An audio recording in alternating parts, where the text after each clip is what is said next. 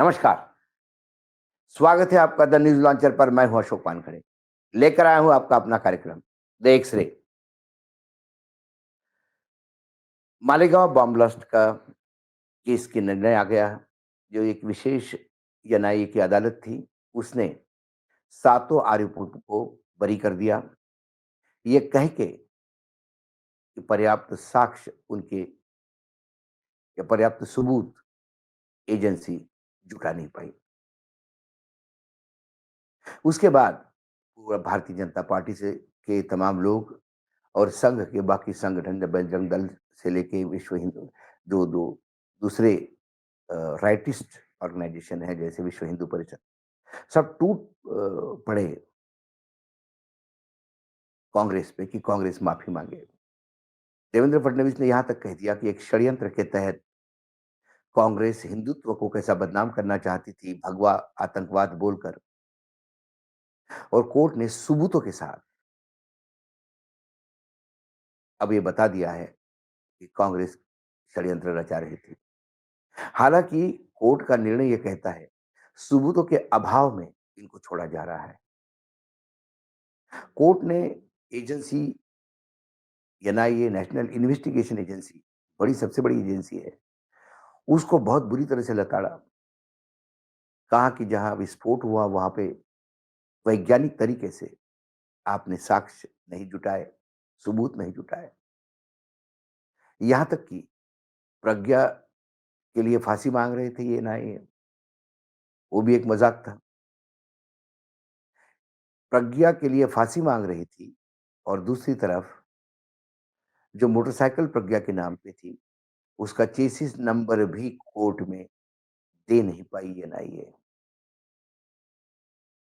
इतना लचर केस बनाया था। तो परिणति तो यही होनी थी, सब छूट गए।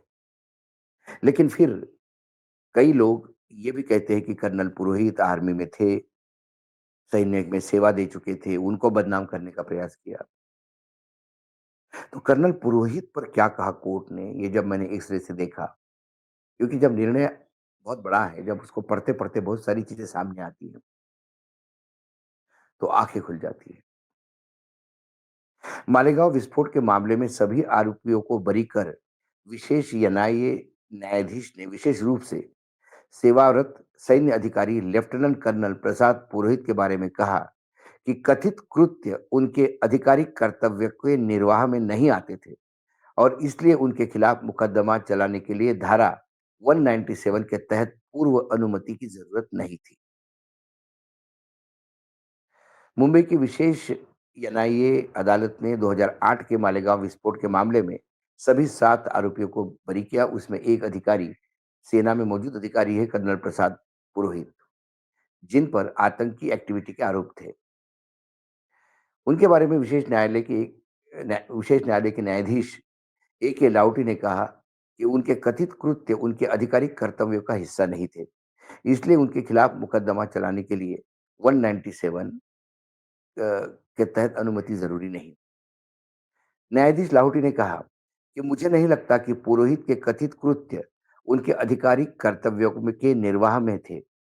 अभियोजन पक्ष आरोपी को साबित करने में विफल रहा क्योंकि पुलिस अधिकारियों की चूक, गवाहों का मुकर जाना, महत्वपूर्ण सबूत का रिकॉर्ड पर ना आना जैसे कारण रहे। इसका मतलब ये नहीं कि पुरोहित द्वारा किए गए कृत्य उनके आधिकारिक कर्तव्य का हिस्सा थे। इसलिए आपराधिक प्रक्रिया सीआरपीसी के धारा 197 के तहत मंजूरी लेने का सवाल नहीं उठता।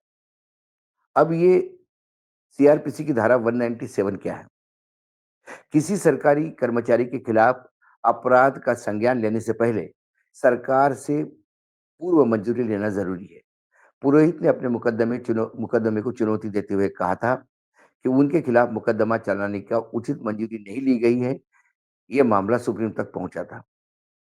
वहीं अदालत से बरी होने के बाद पुरोहित ने कहा कि उन्हें अपनी सेना से प्यार है और जो उनके साथ खड़ी रही। ये पुरोहित का स्टेटमेंट था। लेकिन अदालत ने यह भी कहा कि महाराष्ट्र पुलिस की एंटी टेररिज्म स्क्वाड एटीएस द्वारा गिरफ्तार किए जाने के बाद सेना ने पुरोहित के बचाव के लिए कुछ नहीं किया। मतलब पुरोहित जो बोल रहे हैं कि सेना उनके साथ खड़ी रही, वो सरासर झूठ है। इसके अलावा न्यायाधीश ने ये भी नोट किया कि पुरोहित के पास ये साबित करने के लिए कोई डॉक्यूमेंट या सबूत नहीं कि वे अभिनव भारत की मीटिंग में शामिल ले ले रहे थे और अपने कर्तव्य के तहत चंदा इकट्ठा कर रहे थे। पुरोहित ने दावा किया कि एक सैन्य खुफिया यमाए अधिकारी होने के नाते उनका काम चरमपंथी ग्रुप गुट में घुसपैठ करना, कथित साजिशपूर्ण बैठकों में हिस्सा लेना था और इसके बारे में अपने सीनियर अधिकारियों को सूचित करना था। हालांकि न्यायाधीश ने कहा, आधिकारिक कर्तव्य का मतलब ये नहीं कि कृत्य का सार्वजनिक सेवक के कर्तव्यों से प्रत्यक्ष और तर्कसंगत संबंध होना चाहिए। धोखाधड़ी, साजिश, जालसाजी या रिश्वत देने जैसे कृत्य आधिकारिक कर्तव्य के दायरे में नहीं आते। न्यायाधीश ने ये भी कहा कि पुरोहित ने ये साबित करने में कोई डॉक्यूमेंटेशन पेश नहीं किया कि उन्हें अभिनव भारत ट्रस्ट में ट्रस्टी के रूप में शामिल होने या चंदा इकट्ठा करने की अनुमति थी। एक सैन्य खुफिया अधिकारी ने गवाही दी थी कि यमाय धार्मिक, सामाजिक और राजनीतिक संगठनों को सूचना एकत्रित करता है, लेकिन अदालत ने नोट किया कि गवाह ने ये नहीं कहा था कि पुरोहित को अभिनव भारत में शामिल होने या चंदा इकट्ठा करने की स्पष्ट मंजूरी दी थी। पुरोहित ने अपने खिलाफ मुकदमा चलाने के लिए सरकार द्वारा दी गई मंजूरी को भी चुनौती दी थी और न्यायाधीश ने कहा था कि मंजूरी पूरी तरह से एक प्रारंभिक आवश्यकता है। मंजूरी के लिए सीधा सादा फार्मूला नहीं हो सकता। प्रत्येक मामले की तथ्य, परिस्थितियां और संदर्भ के आधार पर अलग जांच की जानी चाहिए ताकि उसकी उपयुक्तता की जा सकती है। न्यायाधीश ने कहा कि एमआई के नियमों के अनुसार कमांडिंग अधिकारी या डिसिप्लिन एंड विजिलेंस ब्रांच को अपने अधिकारियों और सूत्रों को हितों की रक्षा करनी चाहिए, लेकिन पुरोहित की गिरफ्तारी के बाद सेना ने उन्हें बचाने का कोई कदम नहीं उठाया। अदालत ने यह भी नोट किया कि दक्षिण कमान संपर्क इकाई के अधिकारी ने पुरोहित को भी बचाने में कोई रुचि नहीं दिखाई। उनकी निष्क्रियता के संकेत मिलते हैं कि वे एटीएस की कार्रवाई को उचित मानते हैं। पुरोहित पर हत्या, आपराधिक साजिश सहित कई गंभीर आरोप लगे थे। न्यायाधीश के अनुसार पुरोहित के कृत्य उनके आधिकारिक कर्तव्य के दायरे में नहीं थे और उन्हें धारा 197 के तहत संरक्षण नहीं मिल सकता। अदालत ने यह भी कहा था कि अभियोजन पक्ष के पास पर्याप्त सबूत नहीं थे और गवाह के मुकरने के कारण मामला कमजोर हो गया। ये मैं पूरा इसलिए आपको कर्नल पुरोहित के बारे में बता रहा हूँ कि बार-बार ये आरोप लगता है एटीएस पे, महाराष्ट्र के अ, तत्कालीन कांग्रेस सरकार पे जो केंद्र में थी, कि एक आर्मी के जाबाज अधिकारी को एक षड्यंत्र में फंसाने का प्रयास किया। जब कोई कोर्ट कहता है कि एजेंसी ने वैज्ञानिक तरीके से सबूत नहीं इकट्ठा किए, गवाह मुकर गए और केस बहुत ही लचर तरीके से पेश किया गया, इसके चलते सबको बरी करना पड़ा। वो बार-बार कहते हैं कि कर्नल पुरोहित जो कर रहे थे, चंदा इकट्ठा कर रहे थे, अभिनव भारत की मीटिंग में पार्ट ले रहे थे, वो उनका काम ही नहीं था। जो अधिकारी अपना काम छोड़ के दूसरा काम करता है, फिर उसको उसके लिए सरकार से अरेस्ट करने के लिए अनुमति नहीं दे सकते। पुरोहित ने कहा कि मैं इंटेलिजेंस डिपार्टमेंट में काम करता था और ये मेरा कर्तव्य था कि मैं ऐसे जगह जाऊँगी। लेकिन उसके बाद उन्होंने कहा कि सेना के किसी भी अधिकारी ने इसकी पुष्टि नहीं की। जो इंटेलिजेंस के अधिकारी आए थे सेना के, गवाह में पेश हुए, उन्होंने ये ज़रूर बताया कि इंटेलिजेंस करता क्या-क्या है। लेकिन उन्होंने ये नहीं बताया कि पुरोहित उनके लिए काम कर रहे थे। पुरोहित किसी भी दृष्टि से ये साबित नहीं कर पाए कि वो सेना की खुफिया एजेंसी के लिए काम करते थे और अभिनव भारत की मीटिंग में जाना और चंदा इकट्ठा करना, ये उनका कर्तव्य था। ये बुरी तरह से फेल हो गए। न्यायाधीश ने बहुत सारी चीज़ें खासकर इस मामले में कही है। लेकिन फिर हमारे यहाँ जब निर्णय आता है, तो निर्णय पढ़ता कौन है? और निर्णय के खिलाफ अपील कौन करता है? यदि हमारे छूट गए, तो अपील काहे का? और यदि किसी और धर्म के छूट गए, तो फिर अपील तो सुप्रीम कोर्ट के बाद भी स्पेशल मेंशन में भी जाएगा। कुल मिलाकर जो चीज़ें देखने को मिलती है, ये कि हमारे यहाँ एक भेड़-चाल चलती है। गोदी मीडिया हो या पामेरियन मीडिया का हो, जो भी है, वो लगातार इस बात को साबित करने में लगी हुई है कि ये सारे आरोपी बरी हुए हैं, निर्दोष बरी हुई है। इनके खिलाफ षड्यंत्र किया गया था। मानो जैसे कोर्ट ने ये कहा हो और हिंदुत्व के खिलाफ विपक्ष कैसा लामाबंद होता है, ये पोर्ट्रे करने का या एक परसेप्शन बनाने का प्रयास होता है।